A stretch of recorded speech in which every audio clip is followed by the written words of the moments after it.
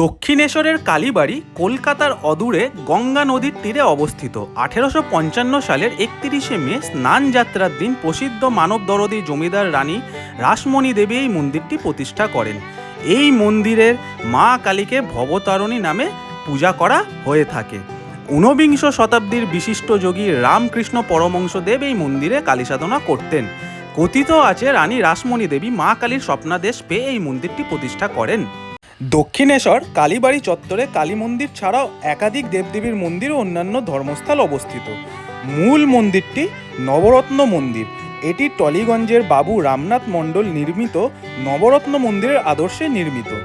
মূল মন্দির ছাড়াও রয়েছে দ্বাদশ শিব মন্দির নামে পরিচিত 12টা আটচালা শিব মন্দির। মন্দিরের উত্তরে রয়েছে শ্রী শ্রী রাধাকান্ত মন্দির এবং দক্ষিণে রয়েছে নাট মন্দির। মন্দির চত্বরের উত্তর পশ্চিম কোণে রয়েছে রামকৃষ্ণ পরমহংসদেবের বাসগৃহ। তোমরা দক্ষিণেশ্বর মন্দিরে আসবে কি করে? এখানে আসার পরে তোমাদের গাড়ি বা বাইক কোথায় পার্ক করবে, ভেতরে নিজেদের জিনিসপত্র কোথায় জমা রাখবে, মাকে পুজো দেওয়ার জন্য ডালা কোথায় থেকে কিনলে তোমরা সস্তায় পাবে, ভেতরে কেনাকাটির জন্য কি কি আছে, খাওয়া দাওয়া কি কি করবে, তারপরে এখানে ঘোরার জায়গা কি কি আছে, সব কিছুই আজকে শেয়ার করব। মায়ের মন্দির কখন খোলে, কখন বন্ধ হয়, ভোগ কখন দেওয়া হয়, সব কিছুই জানবো। কিন্তু আমার মনে হয় আমার থেকে বেশি ভালো এনারা বলতে পারবে, কারণ এনারা সব এখানেকারই বাসিন্দা। সঙ্গে থাকো বন্ধুরা, খুব মজা হতে চলেছে। হ্যাঁ, তো এখানে তো ভেতরে এন্ট্রি করে নিয়েছি। এন্ট্রি করার পর হচ্ছে একজন ভাইয়ের সাথে আমার দেখা হলো। ভাই খুবই ভালো আর প্রচণ্ড শাই, লজ্জা পাচ্ছেও, কিন্তু আমাকে অনেক কিছু ইনফরমেশন দিল, তো একবার ওর সাথে কথা বলা যায়। ভাই এসো। আচ্ছা, আমাকে একটা কথা বলো, তুমি এখানে কতদিন ধরে আছো? আমার লকডাউনের পর থেকে 4 বছর। 4 বছর হয়ে গেছে এখানেই থাকো। এখানে মেনলি ভিড়টা কোন টাইমে হয় বেশি? কোন সময়টা ভিড় হয়? শনি রবিবার কত থেকে? আদার্স অন্য দিন মানে হলিডের দিনগুলোতে বেশি ভিড় হয়। মানে উইকডেজেও যে এরকম ভিড় হতে পারে আমি এটা ভাবিনি কখনো। নর্মাল আজকে উইকডেজ থার্সডে, তাও আমি দুপুরবেলা এসেছি, বাট এত ভিড় এখন এখানে, বাপরে বাপ। আমি ভাবছি এটা আজকে হলিডে, স্যাটারডে সানডে তো না, বাট তাও প্রচণ্ড পরিমাণে ভিড় আজকে। আমি তো লিটারালি দেখে শক হয়ে যাচ্ছি যে এত ভিড়, তাও আবার দুপুরবেলা।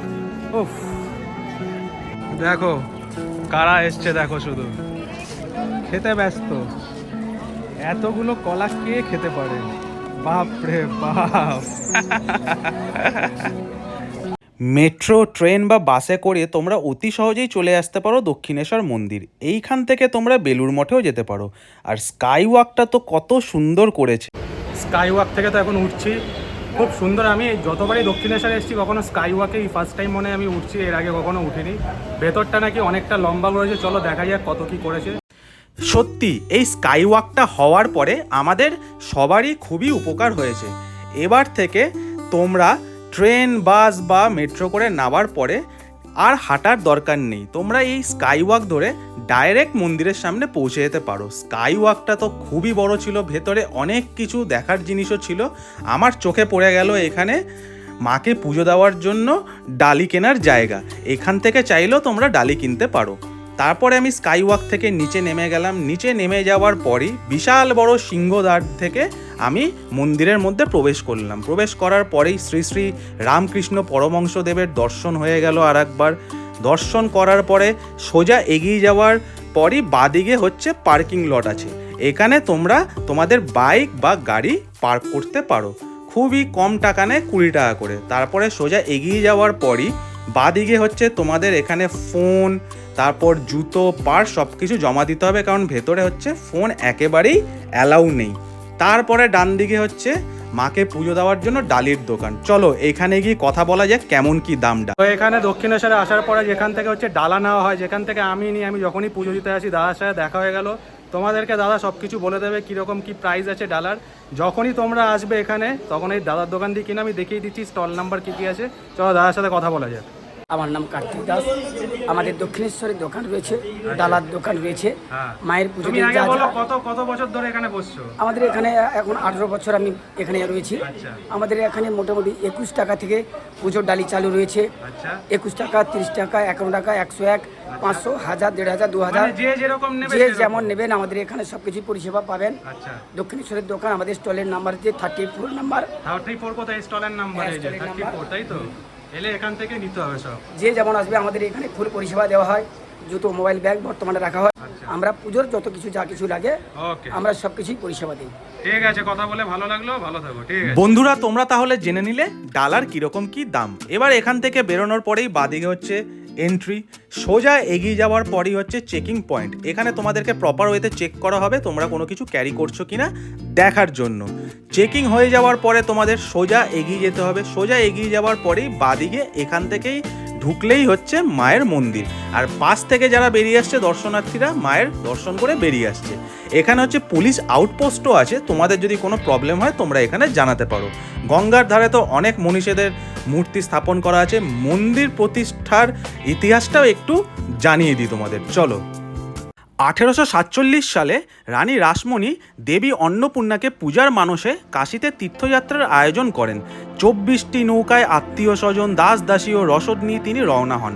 কিংবদন্তি অনুসারে যাত্রার পূর্বরাত্রে রানী মা কালীর স্বপ্ন দর্শন পান।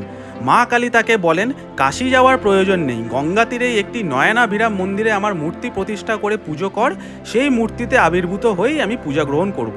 এই স্বপ্নের পর রানী অবিলম্বে গঙ্গা তীরে জমি ক্রয় করেন এবং মন্দির নির্মাণ কাজ শুরু করেন। 1847 সালে এই বিরাট মন্দিরের নির্মাণ কাজ শুরু হয়ে গেছিল, কিন্তু সেটি শেষ হয় 1855 সালে। আগে সব খাওয়ার দোকানগুলো বাইরেই ছিল, কিন্তু এবার এসে দেখছি এখানে ফুড প্লাজা হয়ে গেছে, আর বাইরে যত খাওয়ার দোকান ছিল সব ভেতরে করে দিয়েছে। এখানে তোমরা সব ধরনের ভেজ খাবার পেয়ে যাবে। গরম যা পড়েছে বাপরে বাপ, এই গরমের মধ্যে একটুখানি হচ্ছে লেবুর শরবত খেয়ে নেওয়া যাক। এটা খেয়েই এখন হচ্ছে গলাটা ঠান্ডা করি। অনেকক্ষণ এসছি, ঘুরে বেড়াচ্ছি, ভালোই তো লাগছে বেশ। দেখা যাক এরপরে কি হয়। এটা আপাতত খেয়ে নিই, তারপর কথা বলছি, চলো। আর আমি যা বুঝলাম সব থেকে দক্ষিণেশ্বর আসার বেস্ট টাইম হচ্ছে সকালবেলা, কারণ যদি তোমরা সকালবেলা চলে আসো, 6টার সময় খুলে যায় মন্দির, সকালবেলা এলে সব থেকে বেস্ট, কারণ হচ্ছে তখন ভিড়টা আই থিঙ্ক একটুখানি কম থাকে। আর দুপুরবেলা হোক বা যখনই হোক, 10টা যদি একবার বেজে যায়, 10টাও না, আমি কথা বললাম কয়েকজনের সাথে, যদি 8টা 9টাও বেজে যায় তখন দিয়ে নাকি ভিড় শুরু। আর এখানে হলিডে বলে কিছু হয় না, no Saturday no Sunday, daily হচ্ছে ভিড় হয়। সন্ধ্যের সময় গঙ্গা পাড়ে মজাই আলাদা। এখন জাস্ট সন্ধে হবে করছে, আর গঙ্গা হচ্ছে পেছনেই। এতক্ষণ ঘাটের পাশে বসেছিলাম, খুবই ভালো লাগছে, পুরো একদম মনোরম পরিবেশ, মনটা পুরো জুড়িয়ে যাচ্ছে। ভেতরে যা লাইন, মনে তো হচ্ছে না আজকে পুজো দিতে পারবো বলে, দেখা যাক কি হয়। ভেবেছিলাম হয়তো পুজো দেবো, ঠিক আছে, যদি না দিতে পারি নেক্সট টাইম আসবো আবার মা সুমনাকে সাথে নিয়ে। খুবই সুন্দর লাগছে, খুবই ভালো লাগছে অনেকদিন পর দক্ষিণেশ্বরে এসে। এত সুন্দর হাওয়া দিচ্ছে চারিদিকে, পুরো মনটা সিরিয়াসলি বন্ধুরা পুরো শান্ত হয়ে যাচ্ছে। এত সুন্দর পরিবেশ, তোমাদেরকে কি বলবো। আর এই টাইমটা আরও বেশি ভালো লাগছে, কারণ হচ্ছে জাস্ট সন্ধে নামবে এখন। এইখানে দেখো, তোমরা দেখতে পাচ্ছ একটা ছোট পুকুরের মতনও আছে, কত সুন্দর লাগছে দেখতে। এই মন্দিরেই যারা থাকে ওরা এখানে এখন চান করছে, আর এখানে দেখো হাঁস ঘুরে বেড়াচ্ছে, কত সুন্দর। বাহ, খুব ভালো, খুব সুন্দর লাগছে দেখতে। মন্দিরের ভেতরটা এত সুন্দর। আমার অ্যাকচুয়ালি যখন আমি বেরোই বাইরে একা একা ব্লগিং করতে, আমার খুব ভালো লাগে র্যান্ডাম সবার সাথে কথা বলার জন্য। আর এখানে মন্দিরে ঢোকার পর থেকেই তোমরা দেখতে পাচ্ছ, প্রথমে একজনের সাথে কথা বললাম, ও তো প্রচণ্ড লজ্জা পাচ্ছিল, কথা বলতে পারছিল না। এখন একটা হ্যান্ডসাম ছেলের সাথে পরিচয় হলো, এখানেই থাকে, এখানেই তার বাড়ি, ওর সাথে আবার কথা বলে দেখি কি বলে ও। এসো ভাই, এদিকে এসো। এই দেখো, তোমার নাম কি? বিকি। বিকি, আচ্ছা একটু মন্দিরের ব্যাপারে তুমি বলো, যে মন্দিরের ওপেনিং টাইম কখন কখন ক্লোজ হয়, একটু বলো তুমি। মন্দিরে হচ্ছে সকালবেলা 6টার সময় খোলে, আচ্ছা, আবার দুপুরবেলা 12:30টায় বন্ধ হয়ে যাবে, আবার খুলবে 3টের সময়, আচ্ছা, আবার 3টে দিয়ে 7:30টায় মন্দির বন্ধ হয়, 8টার সময় সব মানুষকে বাইরে বার করে দেওয়া হয়। আচ্ছা। আমাকে একটা জিনিস বলো ভাই, তুমি হচ্ছে এখানেই থাকো নাকি? হ্যাঁ, আমার এখানেই বাড়ি। এখানেই বাড়ি। এখানে ভোগের কি সিস্টেম আছে, ভোগ কখন দেওয়া হয়? ভোগ এখানে আমাদের সকাল 9টা থেকে 9:30 অবধি টিকিট চলে, 9:30 আবার 10:30 পর্যন্ত। 10:30 অবধি। আর ভোগে কি কি থাকে, মানে নর্মাল খিচুড়ি এগুলো থাকে না মেন ভাতও থাকে? হচ্ছে খিচুড়িটা থাকে, এমনি সব কিছুই থাকে, মায়ের একটুখানি ভোগ থাকে, ওটাই হচ্ছে মায়ের মেন ভোগ। আদার্স এমনি সব যা হয় ভাজা ভুজি এই সব কিছুই। বা আর তুমি তো এখানে থাকো, তুমি তো মানে সব সময় মন্দির দেখছো, মাকে সব সময় দর্শন করছো, ভালো লাগে না খুব এখানে? খুব ভালো লাগে, অনেকে আসে, অনেকের সাথে কথাবার্তা হয়। আচ্ছা আচ্ছা। এখানে নাকি আদ্যাপীঠও আছে পেছনে, এটা কতক্ষণের দূরত্ব এখান থেকে? এইখান থেকে মেন গেট দিয়ে বেরিয়েই 10 টাকা ভাড়া নেয় টোটোতে, আচ্ছা, এই 10 মিনিট। আচ্ছা, লাগবে। আর একটা জিনিস বলে, এখানে আমি দেখলাম ফুড প্লাজা, এইগুলো আগে ফুটপাতে বাইরে বসতো না? হ্যাঁ, এই যে আমাদের এই রাউন্ডে এখানটা যেগুলো আগে ছিল সব টিনের, আচ্ছা, ওইগুলো এখন ভেঙে এখন এখানে হয়েছে। এখানে পুরো নতুন ঝা চকচকে করে দিয়েছে, তাই তো? আবার উপরে গেস্ট হাউসটা হচ্ছে, যারা বাইরে দিয়ে আসে।